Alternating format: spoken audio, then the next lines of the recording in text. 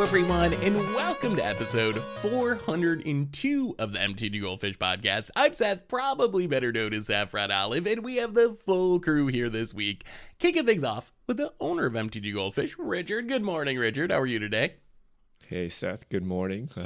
Lots of news today. Lots of news. It's a big one. It is a big one. Tons of stuff to talk about. But before we get into that, we got another co-hosting, Krim. How are you today, Krim?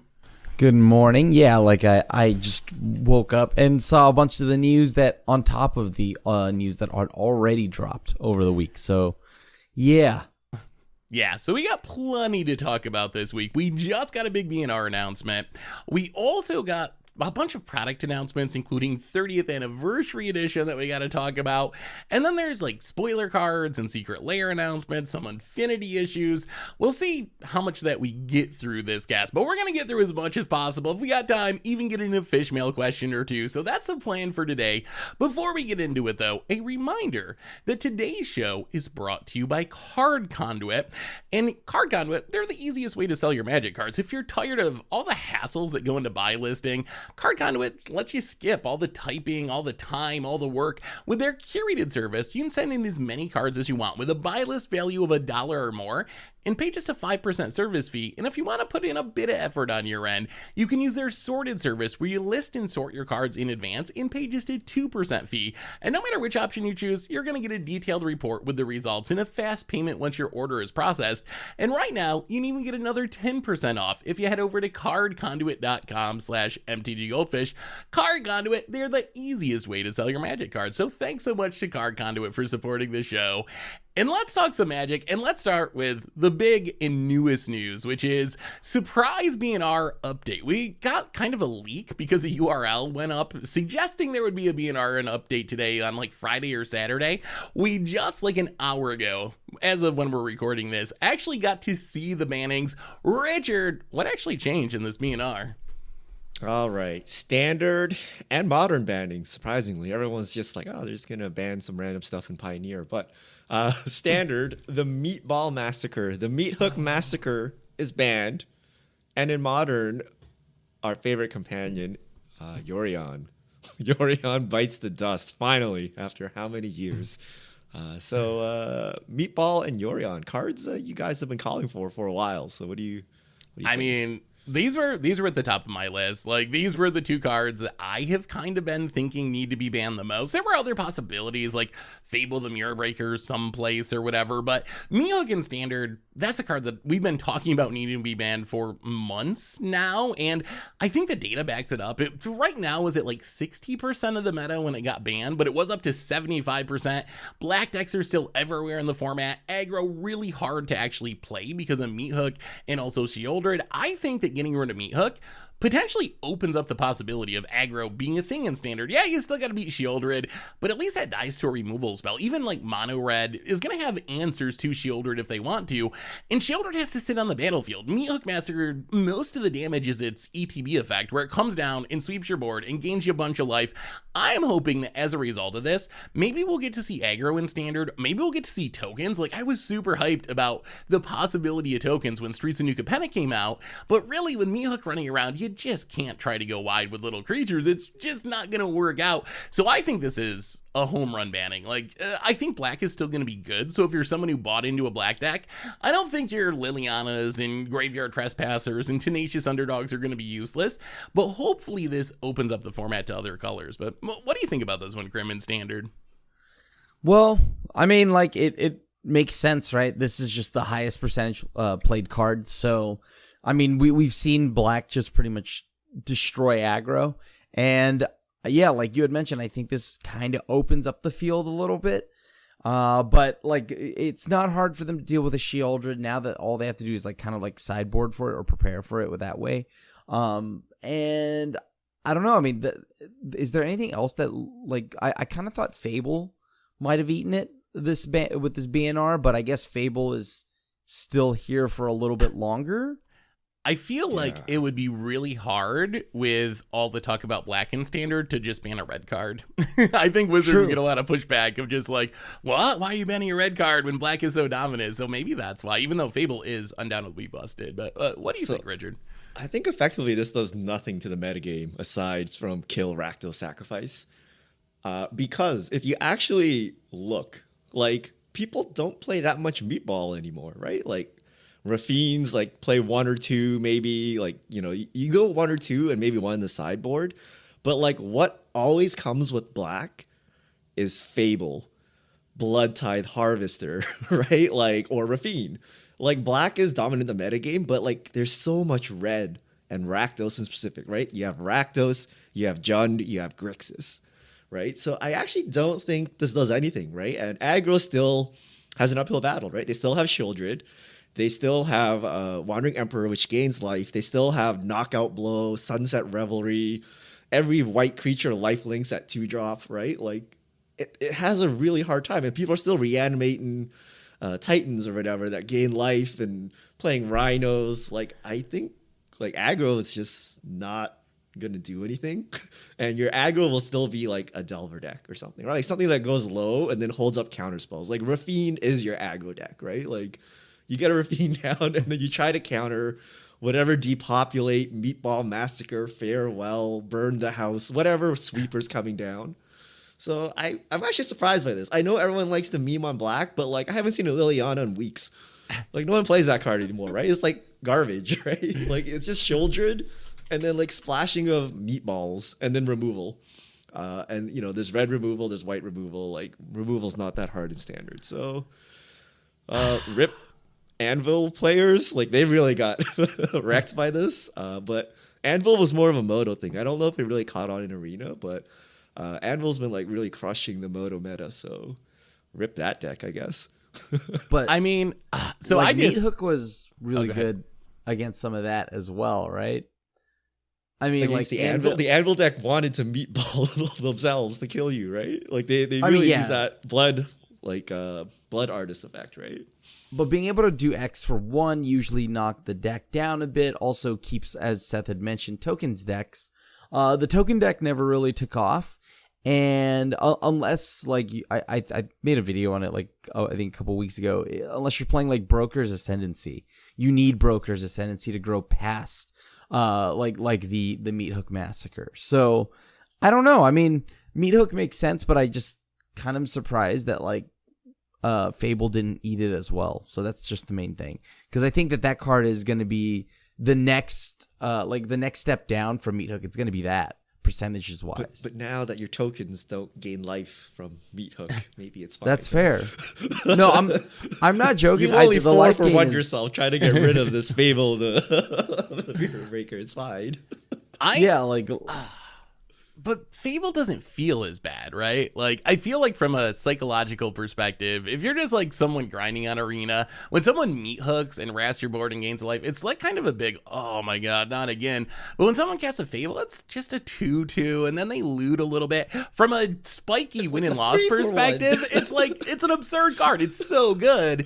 But I don't know if it's going to get, I don't know, does it feel bad? It's not a card I hear people complain about. I hear like spiky pros talk about, is it too good? But not like the Meathook Massacre as far as just like the overall perception in the community, I don't think. Not that it shouldn't or couldn't be banned. There's no counterplay to Fate. The counterplay Yeah. is have a counterspell, right? Have a counterspell or try to like sweep the whole board away, right? Because there's no like there's the 4-mana Jund spell that like kills a creature and then like snipes an artifact. But there's no clean answer, right? Like you're 2 for 1ing yourself easily. And if you don't deal with any Fable abilities immediately, you die. Like if that goblin keeps hitting you, they like ramp multiple times, you're dead. If they untap with the cloning ability, you're probably dead, right? Like a Titan comes down, like any creature, Blood Tithe Harvester, you're dead, right? So I always grow when I see it, right? And you really just need to go over the top of it or hope they get a terrible draw, like they're holding Shieldred and the Fable so they can't clone, right? But at least Meatball you can play around, right? Like, don't, play bigger creatures, counter it. You have time to set up. Like, you can actually deploy threats and then counter a Meatball, where you can't really deploy threats and counter Fable unless you're playing a flash deck, right? the Fable just hoses you. Like I think it's quietly just one of those things that people don't think about because it doesn't look that bad up front, and it's not like the big $70 mythic or something like that. But it is the reason why almost any deck will have consistency. Some decks will just straight up add red for it. The loot is good in multiple archetypes. Like it just gives so much consistency. It definitely does. I mean, I think I'm a little higher than you guys on the chance of standard actually changing as a result of this. Over the weekend, I was doing some standard grinding. I got to Mythic. I was just looking at my stats. I played, out of the 30 matches that I played with this deck to get to Mythic, 23 were black base decks. So I was playing black decks like 75% of the time. It's hard for me to imagine it's going to remain that high. And I do think aggro is going to actually have like some shot now. Yeah, there's still things, lifelinkers and shieldreds, but I think you can actually like play mono red with a straight face now and have like some chance of winning. So I'm not saying black's bad and we're going to see this whole scale change where like tokens are the best deck now or mono red's number one. But I do think it's got to knock black down a little bit, right? Like, as far as I can tell, Meowth's like probably one of the most powerful cards in that deck, at least. And it seems like it's going to be a lot harder to like, Liliana and get back my Tenacious Underdog a bunch of times and spend a bunch of life on this. Like, if you don't have the Meat Hook as a stabilization factor to keep you going. So, I don't know. I think it was a good choice. I think we'll see more white. Right, like the white decks have been strong. I think you played the enchantments deck, Seth, on Matcha Brew. I've been playing only white since standard rotation. Ironic, right? Because Liliana sucks, but I've made $150 on Moto. My win rate is something like 70%, right? And like I'm just farming black decks all day with white, right? And when they add red, I'm in trouble. But if they're just black, white, or black or whatever, like they just get destroyed. And white is incredibly strong. And I think we'll see more people play white. Not because the meta is different, because they're like, oh, black is nerfed, better play something else, right? But like white's been strong this whole time, right? Red has been strong this whole time. Just not red aggro, just Fable. But I think red aggro is still hosed. And I think if you take red aggro, I think you're gonna get shocked by the amount of like life linking spells we have, like knockout blow, the stupid black one that people play, like they're just like whatever, right? Like just I'll hose you. So I don't. If you're playing red, I think you go big and go Fable, and then like there's nothing that can stop you there, right? But if you play like a 1-mana 2/2 and hope to get there, like so much life linking in standard right now. That's true. The deck I got to Mythic with was Angels, actually. Angels, I think, are like a sneaky rogue all-star. Archangel Wrath is so good. Just coming down and like gaining that life and sniping things. But yeah, I'm hyped for it. I'm hyped because I love the Angel deck, and it probably gets better now without having to deal with Meat Hook Massacre. So, Krim, is green saved? Do we have something that's not sneaking in a 7-drop? I mean, is green saved now that black is out? No, black is not out by any means. Okay, black is knocked down to peg. Sorry. Yeah, black is now like, instead of like 99.9% chance to win, it's like probably like 90%, right?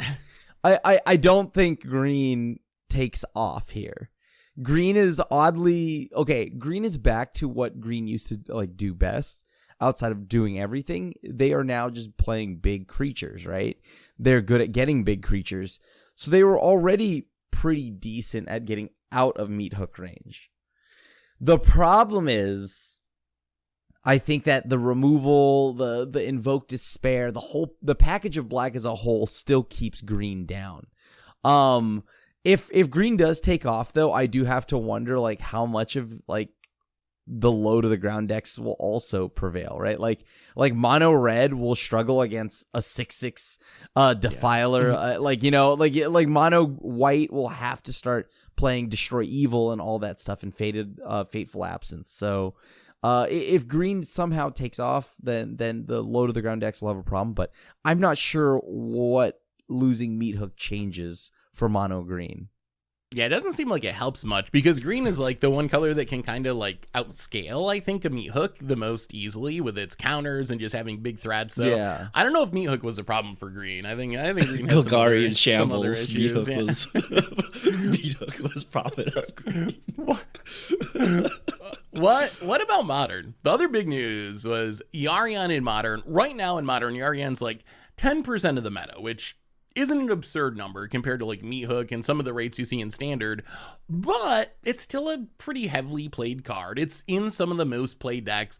Wizards' justification for this banning I thought was really interesting. Their main justification, they talked about it being a pretty good deck and having a good win rate, but one of the things they really harped on was the shuffling, the dexterity issues of an 80 card deck with a lot of fetch lands, paper magic coming back, and that really rang hollow to me in a world where Commander is the most popular format. Like, people are shuffling 100 card decks with tutors and fetch lands constantly. What do you think about what do you think about the banning in general, and what do you think about the idea that it was banned because shuffling an 80 card deck is too clunky?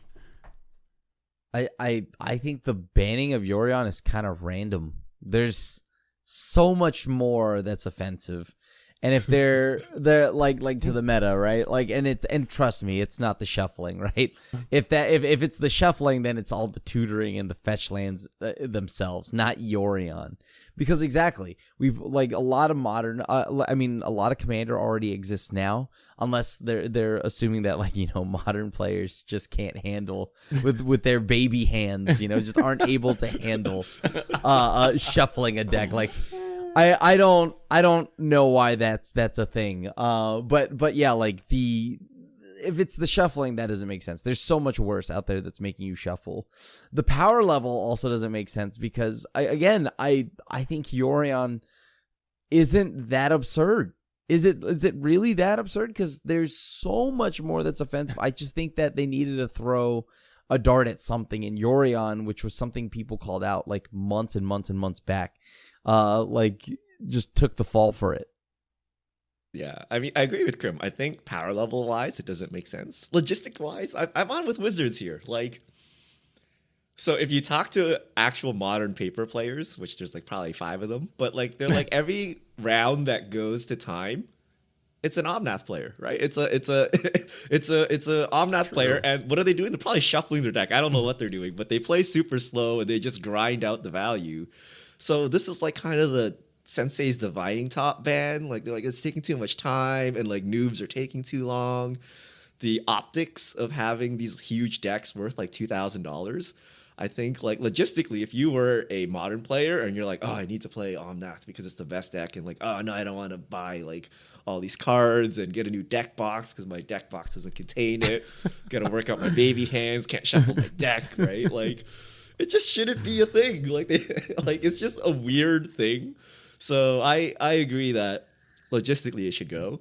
You like, sure power it's level on wise, that? there's probably other cards that you could probably hit, like maybe like Ren and 6 that's like gluing together these like super crazy decks, or a crazy mana bases, or maybe our favorite Urza Saga or something like that, right? But I think, like, what does this hit? This hits Omnath. This hits Omnath is a big one. Some of the Cascade decks, like 5-color Cascade Rhinos, decks run it. Niv like to the Light, Blink Death value and piles. Taxes. There's some control, Death and Taxes Azorius runs it? control. Yeah, I think the most common Death and Taxes decks are actually Yarion piles. And I think, well, there's a bunch of reasons I like this ban. One is Companion is just a miserable mechanic, and I'm glad to see the other popular. We got rid of Lurrus, now we get rid of Yarion. We're going into a mostly tame Companion modern, which is exciting to me. I also think Yarion has a bit of the mental misstep problem. I know this is something that Aspiring Spike mentioned too, that in Modern, if your opponent has the Yarion, it puts a lot of pressure on you to have the Yarion to match your opponent's Yarion, and you get into these mental misstep wars where it's like, well, I don't really want to play mental misstep, but I need it to counter my opponent's mental misstep, and next thing you know, everyone's like, or many people are playing Yarion, so they also have the, start in your hand 4 or 5. So I feel like I think it's gonna help. I don't know if this reduces the 4 and 5 color piles. I'm honestly not sure if this makes them meaningfully worse overall. So I still think we're gonna see these 4 and 5 color piles be really good. They'll be a little cheaper because you can play 20 less cards and have a legal deck, which I think is some upside. So I don't think this really shifts the meta as much as it just reduces the cost of the format and hopefully maybe makes the format a little bit better overall, just because Companions, what a mistake. So the remaining ones are what? What's the 5? Karuga? Gigantha and Kahira. Those are the 2 that still see play. And those Jangotha's Zada, probably or- number one now at this point. I mean, like Zada's around. I never really see Zada. I guess there's like fringe combo decks maybe, but I don't think we're gonna have a dominant one. Like now that you got past Lorien and Yorion and Luris, there's nothing that's like, this is so good, I need to warp my deck to play it. Jangotha is like the free roll where it's like, oh, like this just kind of works, so I might as well. But I don't think you like change your deck to make Jangotha show up in your deck for the most part. So are we companion free finally? Like, I would be so excited by that. It took a long time. They should have just banned them all outright. But it helps my mulliganing decision, Seth. I can see so you can the know deck what your they're opponent's playing. doing. It doesn't help because it can be one of like 5 archetypes running this companion, but nonetheless, I feel better keeping my opening hand. So wait, if we think Yarion's not going to cause a huge upheaval in Modern, and y'all think Meat Hook Massacre is not going to have a huge cause a huge change to Standard, does that mean these bannings actually don't do that much, or as much as people think? Is that where we're at overall? I genuinely think that, okay, so the banning in Standard will do a lot. I guess, okay, let's be honest here. The Yorion banning will do a good amount of change when it comes to deck building. You'll see a lot of decks drop down, but in like deck size, but I don't think that's necessarily going to make it like so that you know 4-color control is gone, right? Like I think a card that could have gotten an axe is Omnath, to be honest with you, but like there's just no way that like this changes it. 'Cause I mean, didn't some decks just play 80 cards to try it without Yorion? I'm sure someone Right. has. I don't know if Yeah, I've like- seen it, but you could probably. I'm pretty sure I've seen them what just reason? play 80 cards without you. I mean, Fell because out of your you deck know box. You couldn't the- register it. there was too much space in their deck box. They didn't like it, so they wanted to even it out. You know, like I'm pretty sure I've seen somebody online like play just straight up 80 cards for fun. Or maybe I they mean, were I'm trying to sure be you a guys have Yarion deck died. and messed it up. Like that Or is yeah. also possible. It wasn't actually illegal somehow. They had 79 Yeah, cards They or lost it something. in an anti-match. But It like is we've died kind of so many times without the Yorion player putting Yorion in their hands, right? Like Right. that's just like a backup plan, right? Like they don't always get it. Like you just die to Omnath's crushing pile of value many times, right? So I don't think that kills this deck at all. I don't think it actually even shuffles the meta around that much, actually. I mean, maybe that deck is slightly worse, but it's not like unplayable or even significantly worse. Like I think it's still a top tier deck, but I guess we'll see what happens. It'll be cheaper at least to some extent, which is nice because so pretty much all the cards in the deck are super expensive. I think if they wanted to actually hurt the archetype, maybe Ren. Maybe a Ren in 6 would be the way to go. Or Ren or Omnath would I'm kill still them. on I the- think it's got to be Omnath or the Ren, yeah, because that continues the like recycling of fetch lands. So we've got to keep shuffling and shuffling and shuffling. So I don't know. Also, speaking of stuff we've talked about for years, Express Federation still the hidden power behind like Murktide and the Oh, Omnath yeah. decks. Like that's the card too that I would just not mind seeing banned because I think that is sneakily another card that just holds so many decks together. All right, I'm curious The good why. news is Omnath plays like every card in the format, so like the whole format as a whole should get cheaper, right? As all the Omnath players like unload like 20% of their deck or whatever, like so the whole format should get cheaper theoretically. I'm also like super curious to see what gets cut. Like if you look at an Omnath deck, it's not playing a bunch of horrible cards. Like all the cards are pretty good. So I'm curious to see what people actually drop now that they got to take 20 cards out of their decks. One And of most of those- everything, Seth. And most of those decks are they're only playing 28 lands. So it's not like you can cut a huge amount of lands. You're going to cut what, like 3 lands or 4 lands and then 15 non-land cards or something? That's going to be interesting. I mean, I guess you can just go one of each. That would be hilarious. Maybe it's like the fillery, like Mishra's Bauble is a little fillery. Traverse, maybe you don't need Traverse Uvenwald if you only have 60 cards. So maybe that's where you head. But yeah, it'll be interesting to see how the deck list actually looks. But I think people will still be playing it for sure. But we gotta move on. Any other banning thoughts? Because we got another huge topic to get to. So final thoughts on today's BNR? Anything? I guess I'm excited to see if anything actually changes up when it comes to standard, like when it comes to power levels of standard. and maybe even new archetypes. So I'm excited to see that. It'll feel fresh at least a little bit for a few days. So Yeah. It'll be a fun For a month few leading up to the days. Brothers War. Yeah. We Richard, actually have anything? 3 days of Moto and MTG Arena lag, so it's actually kind of interesting that the Arena one takes a while. It's Thursday that it becomes effective, but today Moto is effective, so we might actually get challenge results or something before Arena goes live. Oh, interesting. Oh, that's going to make recording standard content awkward the next 3 days now, isn't it? Oops. All right, let's move on to our other big topic. So last week was a big announcement stream. Wizards held a special stream, all this 30th anniversary stuff. They announced a bunch of promos and all this sweet stuff that they're doing. But then at the very end of the stream, they made a huge announcement that has been the topic in the community for the past week, which is 30th Anniversary Edition. Richard, what is 30th Anniversary Edition? All right, it is a product not for us. But okay, so here's the news in case you've been living under a rock. Okay, they're reprinting Alpha in gold border, minus a couple of cards which are not reprinting for for Wizards reasons. But the gold border is actually on the back. So the back of the card is a new card back that says 30th anniversary. The front is black border. This is beta, so Black Lotus Power 9 all here. And they have retro frames as well. So they have Black Lotus in a modern frame and then Black Lotus in the retro frame. Of note, dual lands do not have the little stripy pattern in the text box, so they actually look different. And then there's also a 30th anniversary set symbol that you see in the right side. The thing that really got people mad is that this product is $999, and it's $999 for 4 packs. And the packs are randomized. So you are getting 4 rares in this. And outside of Power 9, most of the rares are doo-doo. And Wizards has also doubled the collation on dual lands in this, right? So that is the facts. We will now move into opinions. What are your guys' opinions on this? Oh, this feels like a spicy one. Okay, so I don't know. I think that the proxy stuff, it's essentially they printed out some proxies. I don't know how I feel about the fact that, okay, so how does this get around the reserve list? What is it exactly? Because reserve list promise was tournament legal.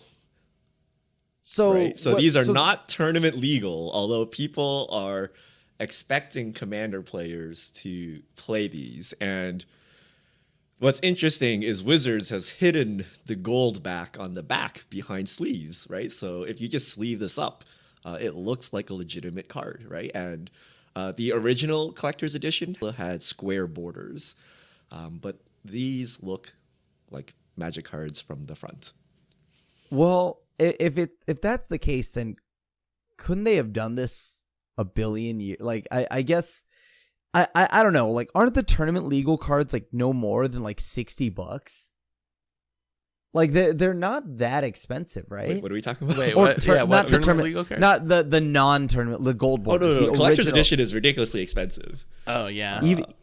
Oh Like my the god! original collector's edition that was released in like 93 or 95 or whatever.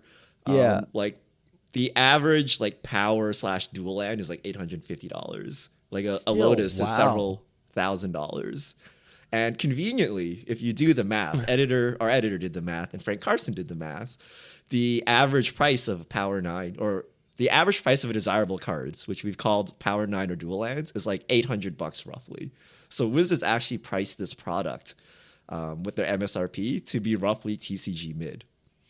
Which, For collector's edition, yeah. For collector's edition, right? Which is, oh, what a coincidence, right? Yeah. So these are expensive, and these will be expensive. And the collector's edition, if you want a Black Lotus, it's several $1,000s, right? Yeah. So they're not cheap like throwaway cards. In a world where I guess we don't like care about like if they're gold border or not now, because it's all going into casual. Like, I guess not. Can you even say this is going into casual? Because these are like this is $1,000 to get potentially some really bad cards, right? Like, Yeah. I think that's the biggest thing. It's $1,000 to get some really, really, really big feel bads. Like, wow. I have no idea who this is for.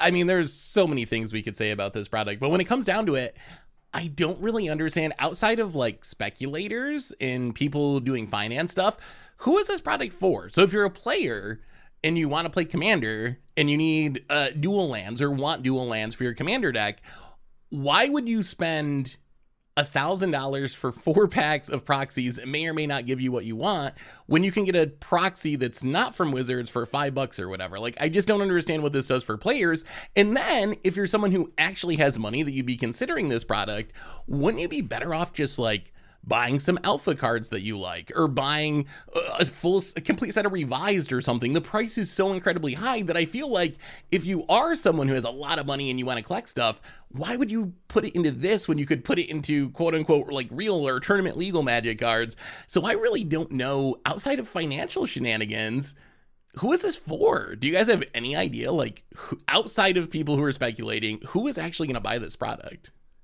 That's what I was wondering, because like, that's the only people I could see getting buy the collector's financial edition. I don't know who No, they are, not- but people not buy collector's edition. necessarily. No, like today, right? Like today, those cards still sell and they maintain a hefty premium, right? So whoever's buying those will love these. And I think, so some people are outraged at the $1,000 price, rightfully so, right? But these are clearly not worth zero, right? Like, some people are expecting them to not sell and to yeah. go to zero. I don't know But about this is that. your first chance at getting like I don't know what popular grading service is, but like a perfect Black Lotus encased in a slab of plastic, right? From Wizards. yeah. Right. So I think these will be worth some amount of money, whether it's worth, the $800 that we calculate as average, or it trends half down. But there's some price at which we would buy this, right? Like, if the price keeps dropping and Black Lotus is like, $2,000, would you buy it? If it's $1,000, would you buy it? If it's $50, would you buy it? Like, at some point, people would buy it, right? So the question is, what is that point? Well, No, or do you think everyone's so outraged it just goes to zero as like a matter of principle? Right? Oh, these one will buy anything. these will sell. These will sell. Yeah. Like, I have no doubt that they're like the collectors, because there are collectors in Magic that have pretty deep pockets and are willing to spend whatever on Magic, right? I'm just curious as to like that. I feel like that's still a very small demographic, but maybe that's just my opinion. But like, I do believe that the revised Underground Sea is like $800, right? Like it's probably around maybe a little Somewhere bit in more. there. Let's it's $800 to $900. So I guess my thing here is, the only reason you buy this is because you care that it's a 30th anniversary product. Because I think you kind of can already get the real thing. Like, for like, you aren't getting a booster pack of 4 random things, but I would rather pay the $800, $900 and for sure get an Underground Sea than spend $1,000 and get some really, really bad cards. But would you pay $400 for a 30th anniversary Underground Sea? Or would you pay $0 and use a proxy? Like, that's the real question that people are debating. Or what about $100? Would you do it, right? Like, is there a price point at which we would flip to this? Or That's what I asked myself when it comes to like the booster pack. Not even talking about the singles in it. Strictly the booster pack. I love my promos and my variant arts and all these other things, right? So, and I don't mind collector's edition cards. I think they're pretty sweet. So, but like a booster pack, I think I asked myself this, and the number I settled on was probably the absolute most I would pay is about $450. $450 for a booster pack? for 8 That weeks, is- that's more, you mean for 4 booster packs? Yeah, for the currently Wait, each booster is $250. So you'd pay more than $100 a pack if you had the option. but this is the absolute most I would pay, but not saying that I would, right? Like, it's still Yeah. like, oh, I would really have to tank on this, but like, that is the most absurd, right? And I'm thinking, because I think like the mythic editions, right? Like, I'm thinking like stuff along those lines. I look at it a little bit like a mythic edition, but with a lot more RNG involved. But they're legal. They're legal. They That's are legal. the thing. The But foundation of all of this the is Wizards legal- is explicitly saying these cards are not legal. the legal part of it does not matter to me when I play mostly Commander now, right? Like, so like I look at it that lens. So if I do not care if they are tournament legal, how much am I willing to pay? And and like 450 is like the most absurd, highly priced thing. I might buy this like, on like as a wedding present to myself, or like a special occasion kind of thing, right? But like that, even then, that is the absolute most. Not saying what I want to spend. Yeah. I would realistically want to spend like maybe a collector's booster, like maybe $100. $100. I mean, my question would be, though, if you're okay with it not being tournament legal, why wouldn't you just buy a proxy for $5? Like, what is the appeal of spending a relatively high price for illegal cards? Collecting. But these actually, it's still a Wizards product. Yeah, like it is a Wizards licensed product that I do not care if I can play it. I just like collecting. Not saying I want, like, even then, 400 is absurdly expensive again. I do not want to spend this, but that is the absolute most I would probably spend. Okay, here's a question for you guys, right? Okay, so on one end, you have this reprint from WotC. On the other hand, you have like Island with Black Lotus Sharpied on it, right? So some people don't like the aesthetics of like, a literal Sharpied paper. So they want to buy a Black Lotus, right? So they buy this quote unquote not for tournament play card. Where does this lead actual counterfeits where it is not like custom art or anything? It's actually another company printing a Black Lotus, right? Not from Wizards, but it looks exactly the same. And it's quote, not made for tournament play. Right? Like, where does this lead counterfeits, right? Like, is it any different if I play a counterfeit than if I play a 30th anniversary Black Lotus? If you ignore WotC's point, right? Obviously, WotC doesn't want you to counterfeit cards, right? But, is it actually any different at this point? I think like the thing about counterfeits is the intent, is it not? Like the intent to sell you a fake, a really good-looking fake. So let's say there's no deception, right? So when you buy from the seller, they're like, it's a counterfeit, right? It's like $2. Okay. You don't try to trade it to anyone. You don't try to represent it as a legit card, right? If your friends ask you, like, this is counterfeit Black Lotus, my friends, right? Like, check the back. The back is gold bordered, right? But like, you don't try to deceive anyone. Like, is it still unethical? My concern when it comes to counterfeits is just them filtering out into the ecosystem and ending up scamming people. Like that's my concern. Is you talk to people who are like, well, I'm never gonna sell my cards, or like I would never do that. But I've just bought enough collections over the years that I've actually bought collections that have counterfeit cards in them. I know how easy it is, where it's like, oh, you play Magic and then you go off to college and your mom sells your cards. Like, I feel like even if you think there's no risk, there is some risk. So that's my only concern. If that was not a concern, I don't really see a difference between a counterfeit card and a not legal card. I guess maybe there's some ethical things about like, are you comfortable with using an artist's art without them getting anything out of it? Kind of similar to like, I don't know, pirating music or something. Like some people have ethical qualms about just like, oh, if I really like an artist, I should be supporting them and not like taking their art for free. So I guess there's some questions there as well. But for all intents and purposes, there's no difference, right, between a not legal card Wizards makes and a not legal card that someone else makes.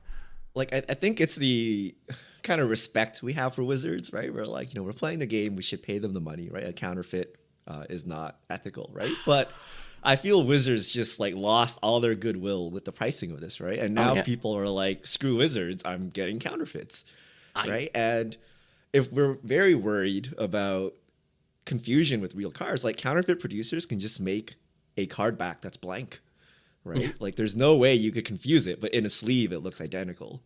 Right. And I think Wizards really shot themselves in the foot by opening the door to this. Right. Like up until now, we're like, there's just tournament legal cards and that's it. And, there's collector's edition, but that's a relic of the past.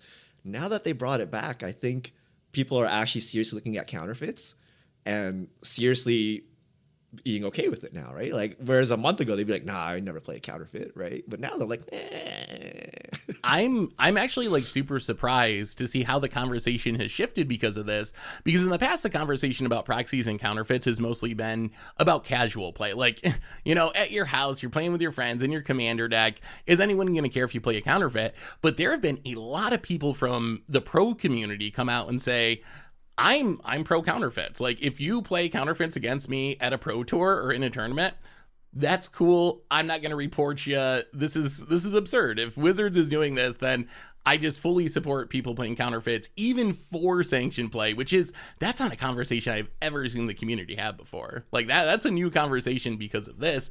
And I think it makes sense to me because Wizards could have made this cheap. We talked about collector's edition. Collector's edition, I know this was 30 years ago, but it was $50 for the complete set.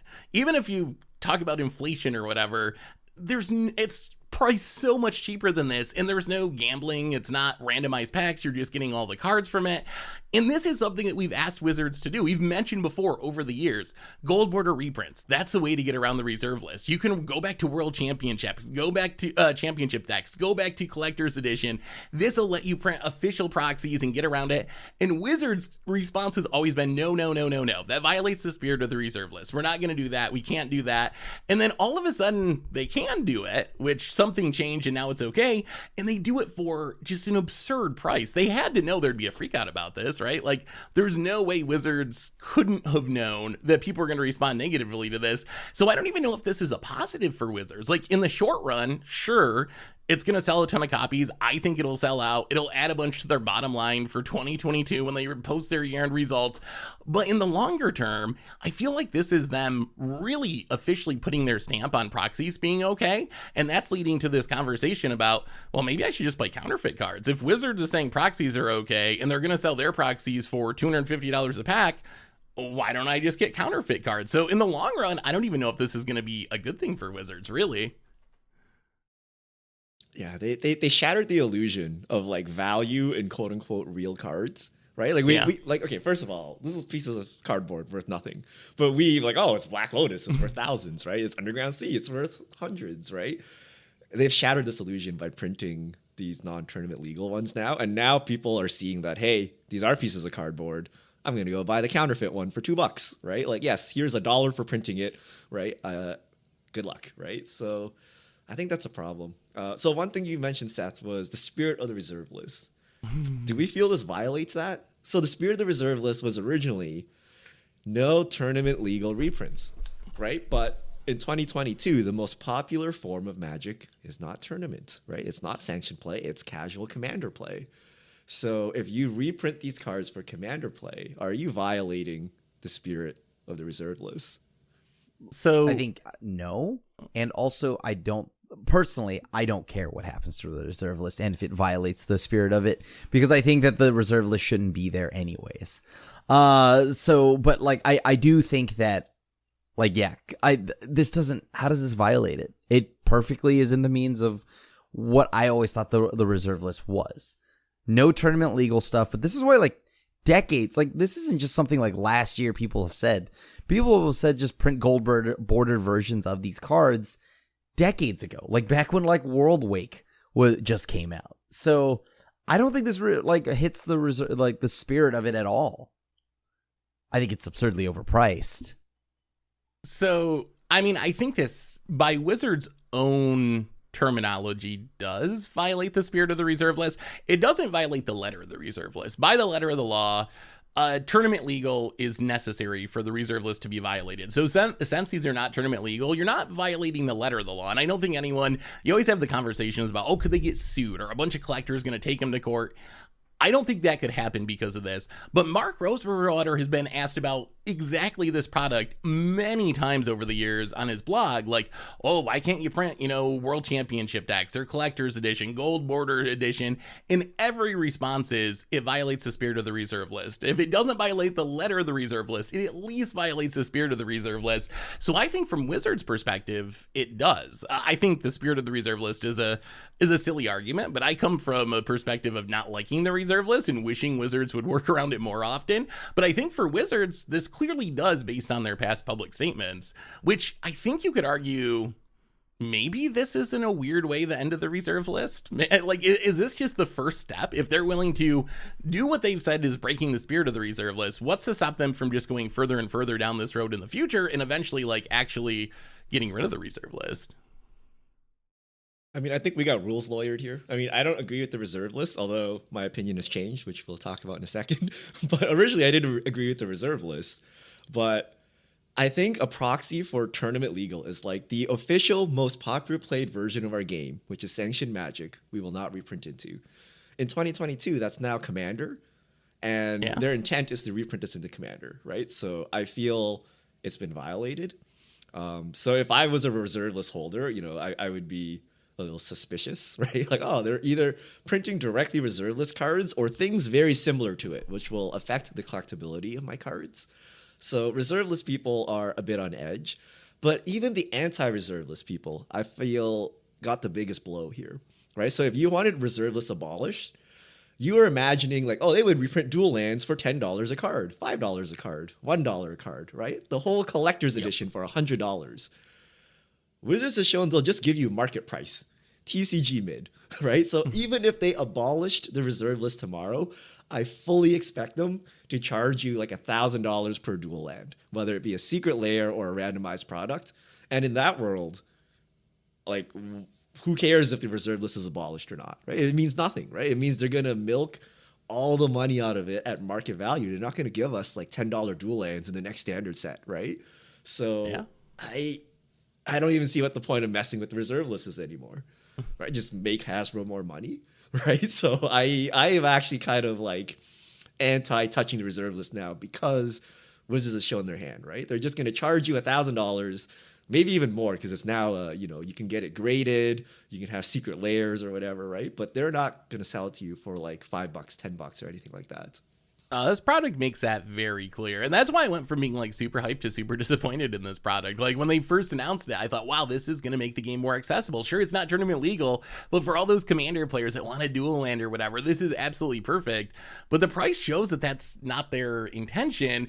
And the sad part is it shows that they could do it if they wanted to. Like for many years, I thought, well, they just can't do it because even though I think it's silly, they have this spirit of the reserve list thing. So they, from their perspective, they just can't do it. This shows they can do it and they just don't want to do it in a way that makes things more accessible, which is actually more painful. Like it's the can't versus won't thing. And won't is a little bit more painful than can't in this scenario for me. Because if you just can't do it, at least I can respect that, even if I disagree with what you're saying. But if you're just choosing not to, so I guess there's just, I mean, if they're going to sell proxies for this price, like Richard said, there's really no chance that we're going to get more accessible reserve list cards. So what do you guys recommend to players then? Like, let's say you want these cards to play in your Commander deck. Is there a price point where they're worth buying? Should you just get other proxies? Should you get counterfeits? I guess we're having that conversation now. Like, what do players do with this? Honestly, I would just say get a proxy. Like just make your, would do whatever, or don't get proxies. Wink, wink, wink. Like don't do whatever you have to do. Wink. I mean, like, to be honest with you, I'm okay. Maybe the thing is I didn't care too much also because they showed me it was $1,000. I knew I wasn't gonna buy this. I was like, yeah, this is not for me. So and that's all I did with it. And I just moved on with my day. I was like, this thing is dumb. I hate it. I don't want it, right? I'm not going to pay $1,000. All right, on to the next thing, right? So I guess maybe that's the reason why I don't know. Like some of this though does feel like somebody like Watsy came in and dropped the people's elbow on my dog. I don't think this is like the same as that. So for me, it's like, oh, this is out of my price range. I don't want it. And I just moved on. The audacity to market as a celebration for fans. Like, oh, cool. Yeah. What do we get? To We get a price slap out, in the face. No one can afford this. No one wants to afford this. But I would say this. So whether you buy these or not, I think it's a personal decision, right? I don't think we should gatekeep. Like if someone plays with this, like you shouldn't be salty at them or anything like that, right? Like, maybe like some Universes Beyond stuff. Like that should be between us and Wizards. And like always, the number one way to express your disappointment in Wizards is to not buy this product. right? And then, of course, all the flippers will buy it. And when it goes up on TCG Player, do not buy it again, right? Let it go to literal zero. Do not buy it, right? But it won't happen because someone is going to be like, oh, but it is so underpriced now. And in 10 years, it'll be worth so much. And it's like the heuristic study problem, right? Once one person cracks, everyone cracks, and like it goes ballistic, right? But the only way to express your dissatisfaction is to not buy it, right? Like no matter the price. And Wizards will be like, yeah, it's not profitable to make this product, right? Because if this turns a profit, they'll be like, yeah, the bad news washed over and all those grumpy boomers complained, but now they're playing with like Street Fighter cards or whatever. It's fine, right? Like you don't want them to get that perspective, right? So actually boycott the purchasing of this product if you actually are dissatisfied with the pricing. And then fill out the survey if you're so. I don't know if it does anything, right? But let it be known to Wizards. This is a frowny face. That this is not an acceptable price, right? Yeah, I mean, I don't think it'll work, unfortunately, because I think this product will sell out and people buy it, as you said, like the heuristic study thing. But thankfully, there's many sweet proxy artists that make super cool proxies that are way, way cheaper than $800 for a dual land or whatever this is going to end up being. So I see this as Wizards telling you it's okay to play proxies in Commander. To me, there's no other way to read this than proxies are acceptable and should be acceptable. This is the company that their livelihood depend on selling Magic cards, telling us that. So, I mean, go crazy, I guess. Like, you don't got to play Wizards proxies. There's tons of places to get much cheaper proxies. So I think, for me, I feel more comfortable, like, putting together a CEDH deck that I want to build the AO deck in paper. I feel a lot more comfortable having, like, half that deck be proxies at this point. Because Wizards, to me, is just saying, like, go for it. Like, we're cool with it, so maybe there's some good that can come out of it. I gotta say, it is so scummy putting the gold border on the back. Yeah. They just did it with Acorns. Right? Like they put the acorn in the front, right? They didn't hide it in the back, right? And all of a sudden they put it in the back, like, oh, and everyone plays sleeved. What a coincidence, right? Like it is so scummy. Like I would be less upset if they weren't so like outrightly slapping me in the face, right? Like if they're just like, look, we need to make some money. We're printing gold border cards. Like I know the collectors will buy it, cool, right? But they're being all coy about it, and it's like so transparent what they're doing by doubling the collation of dual lands, hiding the gold border in the back, right? Stuff like that. So like, it is like so insulting, right? Yeah. And I don't know what to do about this, right? But I'm like so insulted. But yeah, like just what a scummy move, right? Like acorns in the front, gold borders in the back. Like, come on, right? Come on. The other thing that someone brought up that I think is interesting is that these cards might make it easier for counterfeiters because it's actually very difficult to like make an authentic looking Alpha Black Lotus because the paper's 30 years old and the ink's 30 years old. But to make an authentic looking Magic 30th anniversary, whatever, I feel like that's going to be a thing that we're going to have to be concerned about as well. So it's going to be wild to see how this turns out. There's no one to check the authenticity of your proxies now, though, Seth. You're not in tournament play. Like, what are we going to do? Sit down, talk about power levels, and inspect the legality of our cards, right? Like, get the loop. You got to look for the dot pattern. All right, so that's 30th anniversary. Wow, so many topics today. Lightning round. There's a couple other topics. We're running long, so we can't go in depth on these topics, but I gotta ask you about a couple more things. Number one, Infinity came out this week, and there's been a few Reddit posts, I don't know if you all saw these, about cards having acorn and non-acorn hollow stamps, like literally the same card. One of them has the legal stamp, one of them has the illegal stamp. What do we do about this? We already were a little skeptical of acorns being a good solution to this legality problem. What do you do if the hollows are not consistent? Oh boy.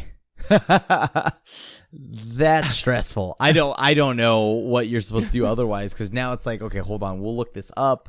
We have to look up every card that is played. You really got to stay on top of this. I mean, yeah, this is a big no-no. Yeah, they had these problems during preview season. We're like, oh, it's just preview season. Turns out they can't print the cards correctly. I don't know that it matters that much because I don't know how popular these cards will be, but I can fully see people like Krim who like to like alter their black bordered cards into a white border. Now take like non-acorn cards and just throw acorns onto them for the heck of it, right? Like, why not?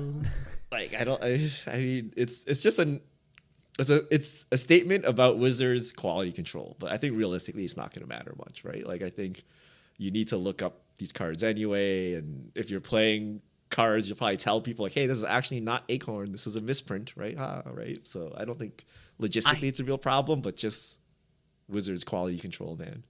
Yeah, I mean that is the issue. Although if you're gonna make the little hollow be the thing, you gotta double down on the quality control for that product. Like if you're gonna make a big deal about that determining the legality, I feel like you got to fix that problem. I feel like Wizards are just printing too many cards at this point, where they just honestly can't keep up quality control wise, design wise.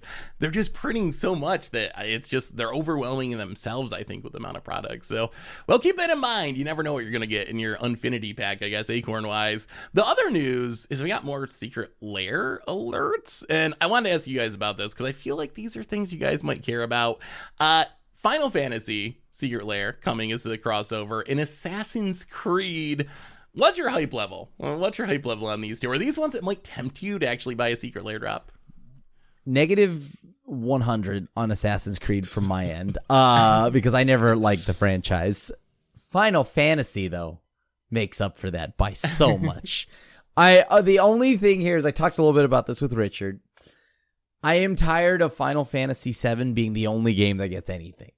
Like it's like, yes, brand new Final Fantasy stuff. Well, it's Final Fantasy VII. And there's a lot of Final Fantasy games. I really hope they don't just stick with that.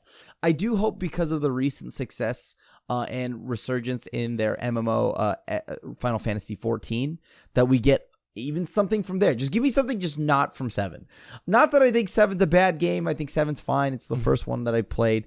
I just think that it's kind of like, like, hey, here is Metallica playing, like the same popular song for 100 times in a row, right? Like I don't want the biggest and I get it. It's the most recognizable entry into the franchise, but I think there's so many cooler characters, cooler items, things across the board that they could just print into the Final Fantasy Secret Lair. Of course, the Secret Lair is probably only going to be 5 to 6 cards, so yeah, it'll probably just be 7 at the end of all of this. I'm wholly ready to be disappointed. If you asked me at the beginning of Universe Beyond, like, which franchise you want to see, I'm like, Final Fantasy. What do I want to see? I want to see a mono art, 1 card from each game. Heck, make it like, I don't know what we're on, like 15, 16, like 16 cards. Yeah, we're on 15. Of course, what it's going to be is like 5 generic commander staples with random Final Fantasy 7-2 screenshots on it, and we're going to be super sad. Like, if Arcane taught me anything, like, don't get too hyped for this. God. The Arcane Secret Lair was super weak sauce. So I'm really hoping, because, like, Wizards, Japan knows what they're doing. Like, they stepped in here and did something about it, and we actually have, like, legit Final Fantasy cards and not just like Final Fantasy 7. And the timing looks bad because Final Fantasy 7-2 is coming out, and it's just not looking good for like any actual legit cards. Give me a Dragoon, man. Give me a Black Mage. Give me anything. Okay, I want a Tonberry King. I want a Mogul. I want all of these things. Like, yeah. I'm curious though. Okay, is it too? Okay, enough time has passed. This isn't a spoiler, right? I mean, it's clearly 7. I want to rest in peace with Aerith. but I don't want it updated. They cannot spoil it. Wait. No, you spoiled it. No, it hasn't happened in 7-2 yet, right? 7-1 didn't have it. Okay, all right. Well, you know what? That's Crim. No. 7 has been out for long enough because this is what I'm saying. All right, but the whole generation of Fortnite kids are playing the 7 remake, and they're like, "Oh, I can't wait to get to Endgame with Aerith." Oh, yeah, right. You think a Fortnite child is going to play Final Fantasy 7? You really think they're going to sit down and play that? I will tell you this. I think that I want to rip with Aerith, and I want it to be the old art, like the old graphics, the PS1 where there's like 3 polygons, and I want those weird little egg almond hands like over her chest, dude. That devastated me as a child. So like, you gotta go full edge lord. Give me Dismember, not Rest in Peace. Give me Doomblade. Give me one of these, really solid. Damn, Richard. Damn, dude. That is is dark. I love it. I'm here for it. I want it. I want it. But that's what I'm saying, though. Okay, outside of that, like, I want it to be everything else that is in the world of Final Fantasy. I think a while back I asked for that as a secret layer. You know, you had obviously talked about it. But yeah, just how they handled Arcane was like, they almost nailed it. I was like, oh, this is so unlike them to like jump on it and nail it that quick. They got the Arcane secret layer. Then I saw the secret layer. I'm like, wow, this is terrible. So prepare to be disappointed if you're a Final Fantasy fan. Is that is that the TLDR? I am hopeful. I am hopeful just because I want it to succeed. I want it to do well because I want something that I can really get excited for. And so will they? I don't know. I'm not gonna fault them either because 7 is the most iconic and it's the one that's always talked about. But like, I tweeted out, I like, it's just like, yo, what if like Strixhaven Stadium was altered into hut like Blitzball, right? like you know, like, but with a Godzilla treatment.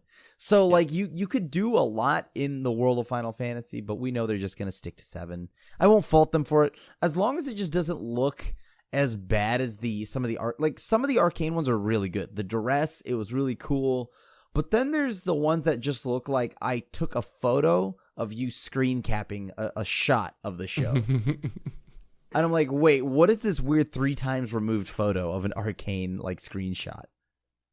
Well, at least these aren't coming out until I think 2023 or maybe even 2024. So we got a while. So maybe that means there's enough time for them to make sweet art and not just take some screen caps. They can update that screenshot folder. Yeah.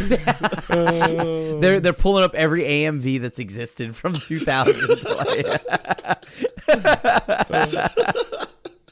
So those are the new secret lair drops. We don't have time to get into it, but we did get a couple more spoilers from the Brothers War. So if you want to check out Mishra and its meld pair, you should go over to mtgpreviews.com and take a look, see what you think.